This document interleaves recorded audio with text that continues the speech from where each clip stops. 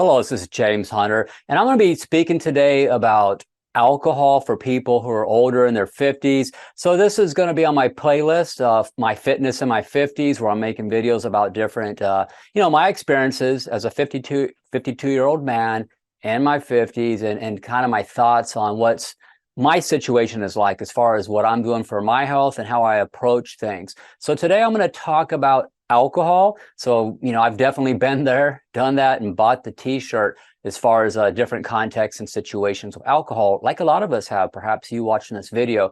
So I'm going to speak to different issues. And just to be clear, I'm not here to tell anybody what they have to do. I'm just going to give you some thoughts here about how alcohol undermines our physical fitness and health for anybody of any age, for that matter. But more specifically, what are the implications for someone who's, as you get older in age, what it means for us older individuals. So I'm going to talk about, does the benefit outweigh the negatives, the risk, what it costs you, pros and cons. So that's going to be up to you. Everybody places value differently in life and how important something is rather. So my thoughts on alcohol, let me hit a few bullet points here. So the first one is this: if you're just looking at as far as body composition, building lean muscle mass, right? We want to build and maintain, have a foundation rather as we get older to maintain lean muscle mass into our older age. I'm not talking about being super jacked like a juiced up Mr. Olympia and professional bodybuilder. I'm not talking about that. I'm talking about having a reasonable amount of lean muscle, strength, fitness, health, vitality, the balance, right? I'm not talking in extremes, to be clear. So as we do age, what's going to help us?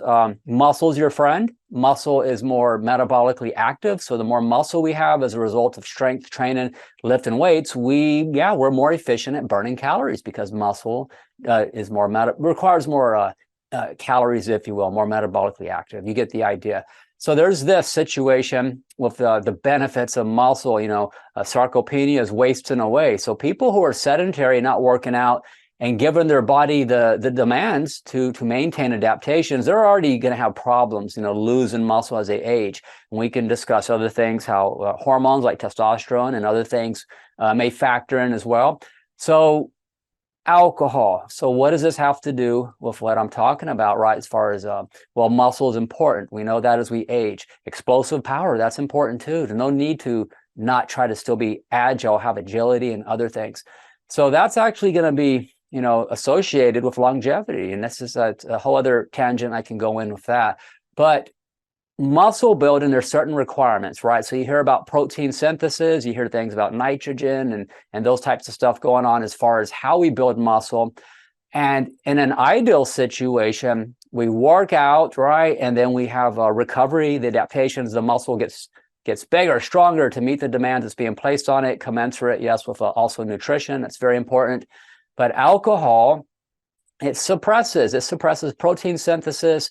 Some studies suggest by as much as 24% after people have consumed approximately 5 beers. Now, I don't know about you. When I used to drink, 5 beers was definitely within the realm of possibilities, sometimes more than that, right? So individuals thinking, it's only excessive alcohol abuse. That's not necessarily true. So as far as this situation, that's going to suppress the anabolic response in skeletal muscle. So you need a few things in place to build muscle and to maintain it. One, you need to place the necessary stress, essential mechanical stress, right? Strength training beyond what you normally do every day, right? So if you've been doing the same 10-pound dumbbell for the last 5 years, you might want to up the weight, right? Your body's not going to make any adaptations beyond that. But definitely the nutrition, obviously that's a part of it, right?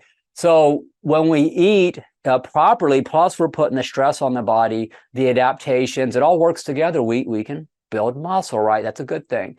Now as far as adaptations and performance and things like that, it can affect your training, right? So what's the point of going to the gym, working your butt off, and then you go out drinking or you drink throughout the week? Yeah, so you're impairing your adaptations and even performance, like to get better and stronger in the gym. So this is just straightforward stuff in terms of how it affects protein synthesis. But what about testosterone, right? So you hear a lot about testosterone these days. There's a lot of people much smarter than me on this topic. I know a lot of stuff about testosterone because I do TRT, been doing it for a while. So as a result of doing labs every 6 months and getting consultations with my medical professionals that I work with, I've learned a lot of stuff about how all my hormones work together in my body, right? That could be a whole other conversation right there. So what I do know, based on listening to people who are experts in this field of testosterone, is that, yeah, as we age, it's going to be lower. It's going to be lower. So alcohol, it can crush the testosterone, right? It significantly lowers testosterone, or suppresses it, lowers, whatever word works for you. So the situation with this, if you're a 20-year-old person, you're young, you're like a freaking raging bull of testosterone. You're in your peak time of your life. So your body produces a lot of testosterone, your total serum, and then your free, direct, readily available testosterone is pretty high. So when I was in my 20s, I could go drink beer. I'd go out, drink beer, go to the gym next day, and I was still strong. And why was that? Well, that was the power of my youth. I had a greater buffer, right? So my testosterone levels are naturally very high. So to the extent I suppressed the testosterone from drinking, and I'm sure I drank more than 5 beers when I went out at night. So yeah, I'm suppressing the testosterone, but because of my youth and I have such a greater buffer of my testosterone being high, I still had adequate left over, I imagine, to still get adaptations, still be strong, my health, and etc.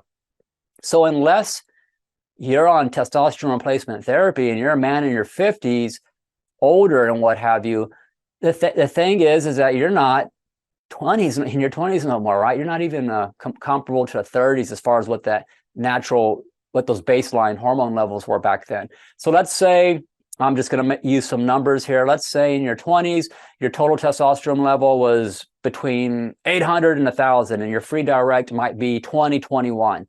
Now that you're in your 50s, your total serum level might be 350 or 400, and your free direct might be a 12. You get the idea. It's not the same situation. So in this context, if you're putting those beers down like you were used to throughout your life, 4 or 5 beers in the evenings, right? Maybe on the weekends, throw down with your friends, the neighbors barbecue, and you might be doing some Jack Daniels and Coke, whatever. So it's a bit more, might be variable. But the thing is, when you suppress your testosterone now as someone in their 50s, you're taking a greater hit in terms of where that leaves you at with what you have to work with. And there's a whole lot of other health issues that you could listen to experts talk about, the implications of your testosterone getting too low, right? Spiking your unhealthy estrogen, for instance, right? Conversion to estrogen, all type of stuff like that, and all kinds of other problems. Interestingly enough, men who are I guess hereditary genetics, who are more vulnerable, who are alcoholics, I've seen them get like the man boobs, gynecomastia, right? All this unhealthy estrogen conversion. And these are not people taking steroids. These are people who abuse alcohol. So you can look at the different ends of the spectrum. Very chronic, severe alcohol abuse. Obviously, that's not going to be good. But what I'm getting at here, it doesn't take as much alcohol as you think to undermine your hormones in your body. So myself, I do not drink alcohol. And I'm on TRT, so I have an optimal situation, right? That's my antidote, works for me. My lab works that I do every 6 months, in addition to physical exams every year, indicates I'm healthy, very healthy. The benefit far outweighs any concern, because my lab work does not indicate there's any concerns with my numbers being where they need to be. You get the idea. So, okay, next thing, last but not least, is sleep. And here's the thing, there's more than these 3 things I'm mentioning, by the way, but these are 3 big ones. So you hear about deeper stages of sleep. You may have heard of REM cycle sleep, rapid eye movement. So this is a question, actually, when I work with clients, I ask them about their sleep schedule. That's huge, because a lot of problems can be secondary to poor quality of sleep, where people do not get that deep sleep, REM cycle sleep. They never have dreams at night, right? Good vivid dreams, when you have a lot of dreams during the week, is associated with REM cycle sleep. So people who drink alcohol, it suppresses REM cycle sleep. If you drink alcohol in the evening, like some people like a nightcap, I'm going to have my whiskey in the evenings, just like my grandfather did, right? He lived to be a ripe old age. I like a few beers after work. Well, that's in the evening, right? So you're ingesting, consuming alcohol late in the evening before bedtime. You're going to suppress REM cycle sleep. This one variable by itself, right? So sleep is like recharging our battery at night. It's like recharging the battery. So if you get good REM cycle sleep, you wake up in the morning, you feel good. You feel recharged. You don't feel any irritability. Your focus is sharp. You can multitask. Your tolerance for how much stress, anxiety you tolerate it's good. Your temperament's good. You can tolerate a lot of stuff before you break, if you will.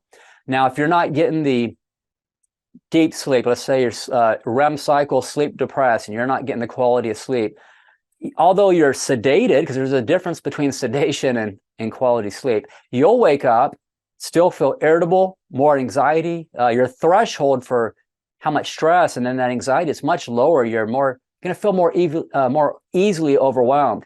You'll have symptoms that can look like attention deficit disorder. You can be distracted easier, harder for you to multitask. Your working memory, by the way, working memory is kind of one of the hallmarks of intelligence, right? How much data can I hold in my mind space at any given time to work with things, right, and solve problems?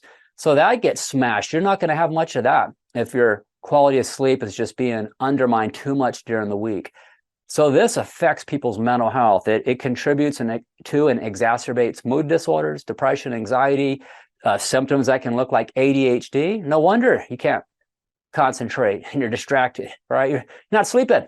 So sleep is huge. So not only does this deep sleep help to recharge our battery, if we will, so we can feel restored and feel good in the morning, as far as having all the benefits of our mood, our mental health, our focus, attention, cognition, all these things, but our physical health, our immune system benefits at night when we have this deep REM cycle sleep. So our immune system, it stays strong, right? It becomes strong, stays strong, because our body, if you will, it's like it's repairing itself at night. The immune system stays strong. So obviously that's important. The immune system protects us from disease, infection, and so on. So if you're a person in your 50s, I would say that's a pretty big deal, right? I want to have a healthy, strong immune system. So these other things that are going to undermine that process that tie together, alcohol undermines the sleep, suppressed REM cycle sleep undermines immune system. So all these things systemically are connected. You get the idea. So you don't have to take my opinion, because this is not an opinion. This is based on studies. You can read the literature from the National Institute of Sleep Studies.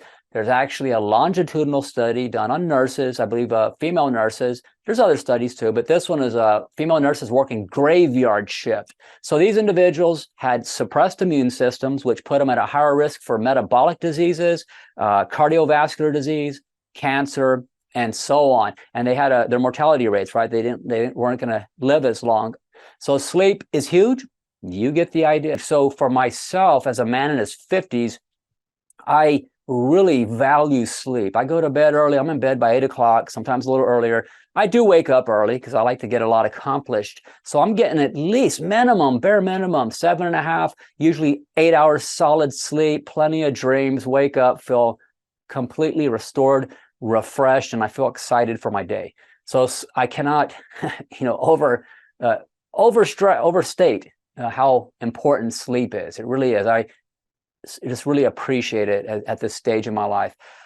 So because I place value on my sleep, which optimizes my health, and because I place a great deal of value on being healthy and feeling good all the time as much as I can, this is the priority.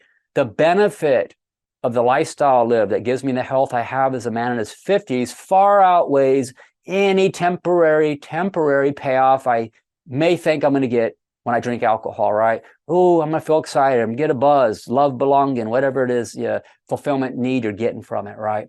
There's other ways to fulfill needs, and that's a different video I have on my channel. So these three areas, right? Protein synthesis, right?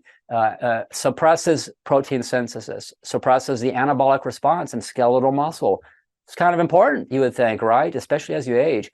And then your fitness goals, your body composition goals. Impairs recovery, suppresses adaptations and performance, right? If you're a bit of an athlete, or you just like to challenge yourself, or what about just activities of daily living? I want to build a fence outside, right? I want the strength to do something like that. And then, of course, our sleep.